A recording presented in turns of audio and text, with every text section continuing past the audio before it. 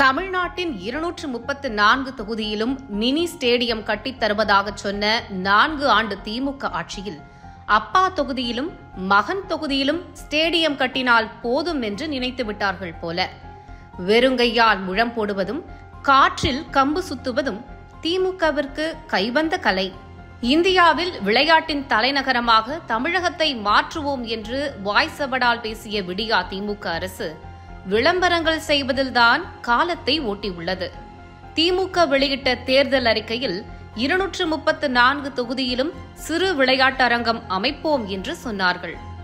முதல்வர் திரு ஸ்டாலின் அவர்களது மகன் திரு உதயநிதி ஸ்டாலின் விளையாட்டுத்துறை அமைச்சராக பதவியேற்றவுடன் திமுகவின் தேர்தல் வாக்குறுதியை நிறைவேற்றுவேன், 234 தொகுதியிலும் மினி ஸ்டேடியம் அமைப்போம் என்று 2022 டிசம்பர் 15ஆம் தேதியன்று மீண்டும் உறுதி கொடுத்தார்.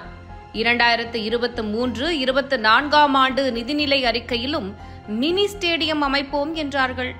6 தொகுதிக்கு மட்டும் நிதி ஒதுக்கிவிட்டு முதல்வர் ஸ்டாலின் தொகுதியான கொளத்தூர், துணை முதல்வர் உதயநிதி ஸ்டாலின் தொகுதியான சேப்பாக்கம் தொகுதியிலும் மினி ஸ்டேடியம் அமைத்தார்கள். மற்ற தொகுதிகளை பற்றி அவர்களுக்கு கவலை இல்லை. ஒவ்வொரு ஆண்டும் விளையாட்டுத்துறை மானிய கோரிக்கைகளில் மினி ஸ்டேடியம் கட்டுவதற்கான அறிவிப்புகள் வந்து கொண்டே இருக்கின்றன. ஆனால் 234 தொகுதிகளில் அறிவித்துவிட்டு பின்னர் 173 தொகுதி என்று எண்ணிக்கையை குறைத்தார்கள்.